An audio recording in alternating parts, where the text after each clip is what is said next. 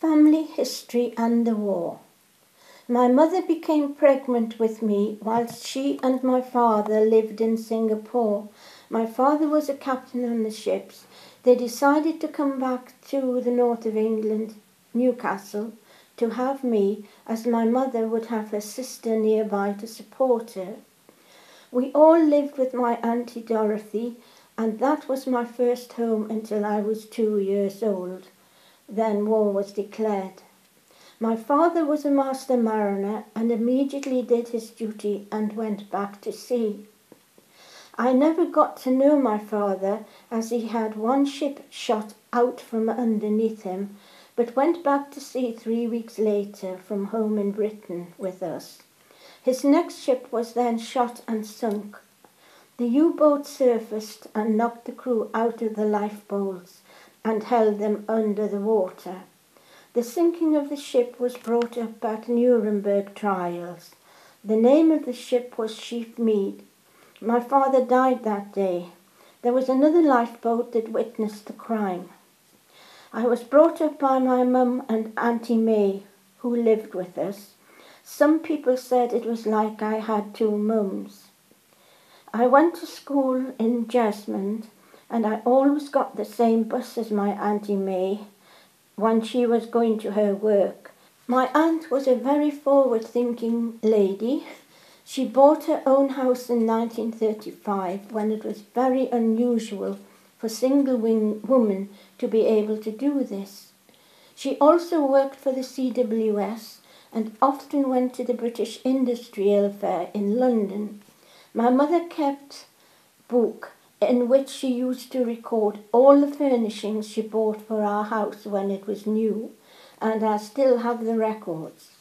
Everything is written down in detail, the price of everything, and all the clothes and furniture was listed. After the war, we would have food parcels and materials sent home from Singapore, and I would have party dresses made from beautiful material and blouses made of Tussore silk, as an aunt and uncle had gone back to Singapore after the war. We were evacuated to Kendal in 1939 when I was just learning to walk, and I remember falling into a bed of nettles. I can remember a Scotty dog too, and he licked me all over and took the sting out.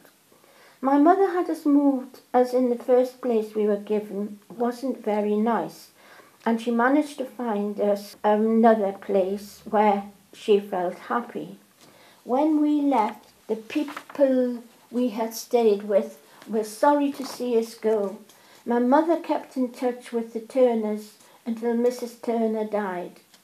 At the end of the war, my mother and her friends organised a victory fancy dress party for the children living in the 3 streets in the West End of Newcastle. I've lived in the West End all my life, and I remember dressing up as Victory. My friend and I were chosen to present Mrs. Grantham and an official of the city with flowers and eggs. Eggs were a very luxurious food at that time because of shortages during the war. Mrs. Grantham opened the party and judged the fancy dress, and I won first prize. My victory costume was my ballet dress, and I wore flags across it, and I carried flags as well.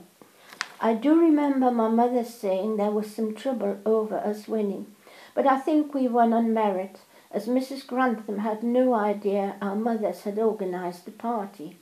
I felt very proud, and I had my photograph taken. I went on to finish school, and I worked in insurance in Newcastle on the corner of Eldon Square. Every Saturday morning I would go for coffee in Fenham with my mother. I have an interest in local history and joined a history group in Fenham.